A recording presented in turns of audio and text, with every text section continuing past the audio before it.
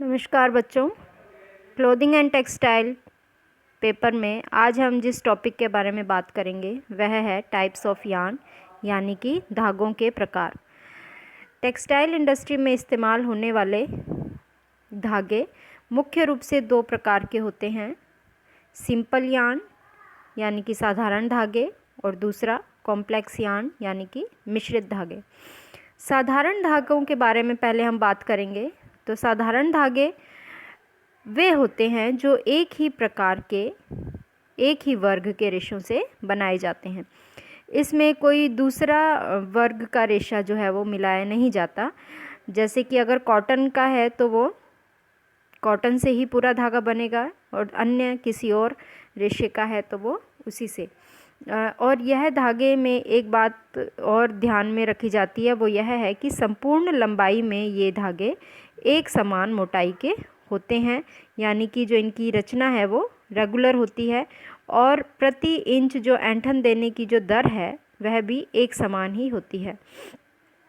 साधारण धागों को फिर से अलग अलग प्रकार में बांटा गया है। जैसे सबसे पहले single strand yarn, second double strand yarn, number 3 पे मल्टीपल स्ट्रैंड यार्न, और फिर केबल या कोड यार्न। सबसे पहले हम बात करेंगे सिंगल स्ट्रैंड यानी कि रेशे की, यानी कि एक रेशीय धागा। यह धागा जो है वो एक ही रेशे को काट कर उसे ऐंठन देकर तैयार किया जाता है। कभी कभी इसमें बिना ऐंठन दिए यूं ही एक रेशे को छोड़ देते हैं। यह ज़्यादातर जो है मानवकृत या फिर कृत्रिम रेशे, जो कि बहुत ही पतला और महीन होता है, उससे तैयार किए जाते हैं। लेकिन इसकी एक ड्रॉबैक यह है कि यह एक रेशीय जो धागा है वो बहुत ही कमज़ोर होता है। दूसरा डबल स्ट्रैंड यार्न, इसमें दो अलग अलग एक हरे धागे यानी कि एक रेशीय धागों को मिलाकर आपस में ऐंठन देकर धागा तैयार किया जाता है। इसे प्लाई यार्न भी कहते हैं। इसके बाद में तीसरा है मल्टीपल स्ट्रैंड यार्न, यानी कि बहुरेशीय धागे।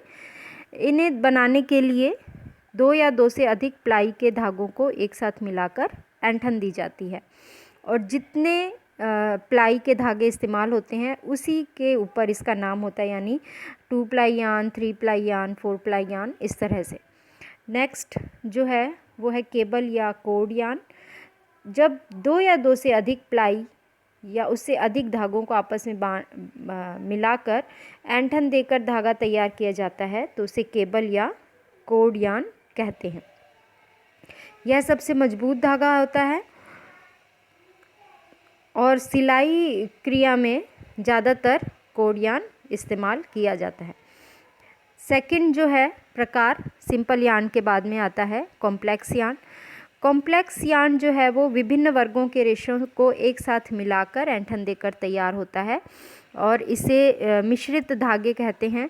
इसकी जो रचना है यानी कि इसकी जो बनावट है वो बहुत ही जटिल होती है, और इसमें बहुत से रंगों के रेशों को आपस में मिलाकर धागा तैयार किया जाता है।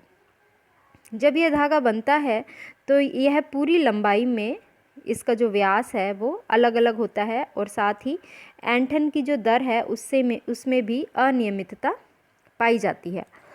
कई बारी देखा जाता है कि धागा बनाते वक्त कहीं कहीं पर बहुत ज़्यादा ऐंठन दे दी जाती है, कहीं कहीं पर बिना ऐंठन के छोड़ देते हैं, कहीं पर लूप्स बन जाती हैं, कहीं पर गांठें। इस तरह से यह एक धागे को फैंसी लुक देता है, इसीलिए इनको डेकोरेटिव यार्न्स भी कहते हैं। अब इसके प्रकारों के बारे में हम बात करेंगे। सबसे पहले हम बात करते हैं स्लब यार्न के बारे में। तो स्लब यार्न, जैसा कि आप इस पिक्चर में भी देख रहे हैं, एक फैंसी धागा है जिसमें एक निश्चित अंतराल के बाद में ऐंठन दी जाती है, और कहीं कहीं पर ऐंठन बिना दिए यूं ही छोड़ दिया जाता है। इसमें ऐंठन की दर जो है उसमें विभिन्नता लाई जाती है, और कसाव भी कहीं कहीं पर कम, कहीं कहीं पर ज़्यादा रख दिया जाता है। लेकिन यह जो है इसकी घर्षण से इसको बहुत अधिक नुकसान पड़ता है, और कपड़ा जो है वो ज़्यादा मजबूत नहीं रह पाता। इसके बाद में दूसरा है फ्लेक यार्न। फ्लेक धागा भी स्लब धागे का ही रूपांतरित है। इसमें एक बंटे हुए धागे में यानी कि एक ऐंठन दिए हुए धागे पर दूसरा धागा कसकर लपेटा जाता है। यह धागा भी निर्बल यानी कि कमज़ोर होता है और घिसावट का इस पर हानिकारक प्रभाव पड़ता है। नेक्स्ट है रटाइन यार्न। यह 2 प्लाई के धागों से मिलकर बनता है और धागा बनाने के लिए इसकी लंबाई और व्यास में यानी कि लंबाई और मोटाई जो है अलग अलग रखी जाती है। एक धागा बिना ऐंठन का होता है और दूसरा धागा बहुत ज़्यादा ऐंठन वाला। तो एक धागे के ऊपर दूसरा धागा जो है वो बिना ऐंठन वाले पर ऐंठन वाला धागा कसकर लपेटा जाता है। इसकी भी कार्यक्षमता कम होती है। इसके बाद में नेक्स्ट है लूप यार्न।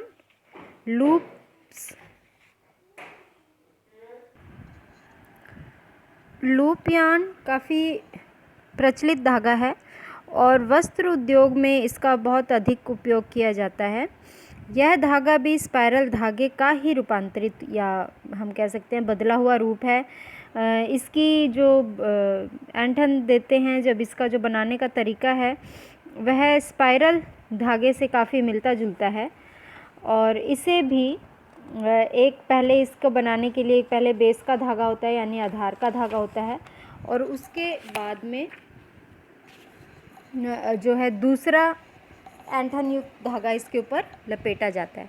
लेकिन बनाते वक्त ध्यान जो है वो यह रखा जाता है कि धागा बनाते समय इसमें बीच बीच में कुछ फंदे छोड़ दिए जाते हैं और एक तीसरा धागा इन दोनों धागों को आपस में बंधे रखने के लिए उसका इस्तेमाल किया जाता है। इस धागे को फैंसी धागा भी कहते हैं और इस धागे में क्या होता है कि इसकी मजबूती भी जो कोड यार्न है उससे कम होती है। इसके बाद में हम बात करते हैं नॉट या स्पॉट यार्न या फिर इसको गांठ वाला धागा भी कहते हैं। इस प्रकार के धागे को बनाने के लिए भी 2 धागों का इस्तेमाल होता है। एक धागा आधार का काम करता है और दूसरे धागे को से क्या होता है पहले धागे पर एक निश्चित अंतराल के बाद में ज़्यादा लपेट दिया जाता है एक ही स्थान पर बहुत। तो इससे क्या होता है कि वो गांठ का भ्रम पैदा करता है और बाकी जो स्थान है वहाँ पर उसको दूर दूर लपेटा जाता है। तो यह एक धब्बे का धागा भी कहते हैं इसको और एक तीसरा धागा इन दोनों धागों को आपस में बांधने के लिए इस्तेमाल किया जाता है। इसके बाद में हम बात करते हैं बनावटी धागे या टेक्सचर्ड धागों की। बनावटी सतह वाले धागे जो हैं वो इसके अंतर्गत आते हैं। ये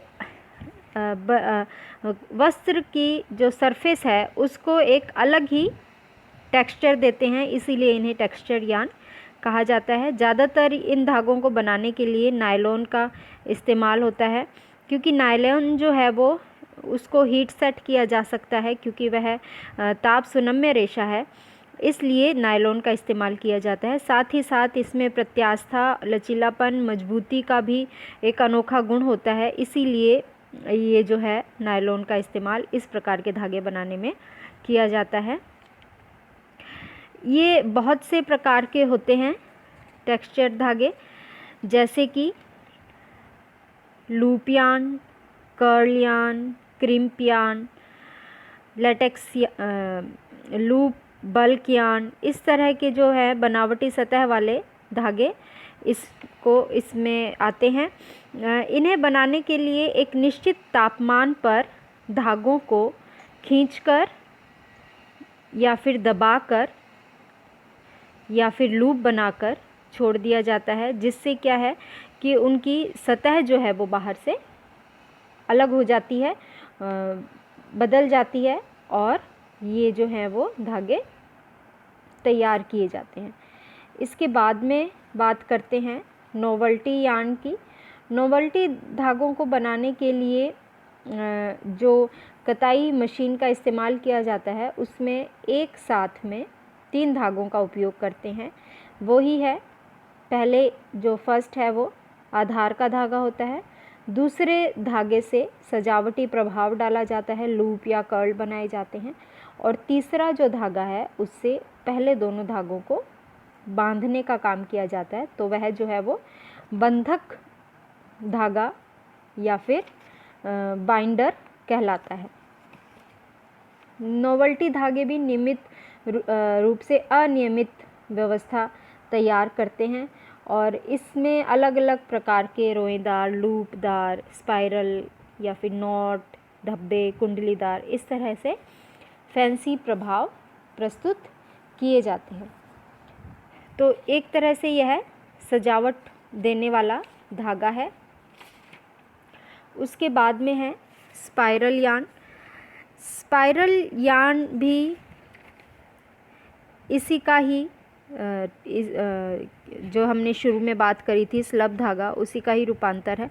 इसमें भी 2 प्लाई या 2 से अधिक प्लाई वाले धागों को एक साथ मिलाकर नया जो धागा है वो तैयार किया जाता है और इसकी भी जो लंबाई है और उसकी जो मोटाई है वो पूरी लंबाई में अलग अलग होती है। तो इस तरह से ये अलग अलग प्रकार के जो धागे हैं वो तैयार किए जाते हैं जो कि टेक्सटाइल इंडस्ट्री में काम में आते हैं।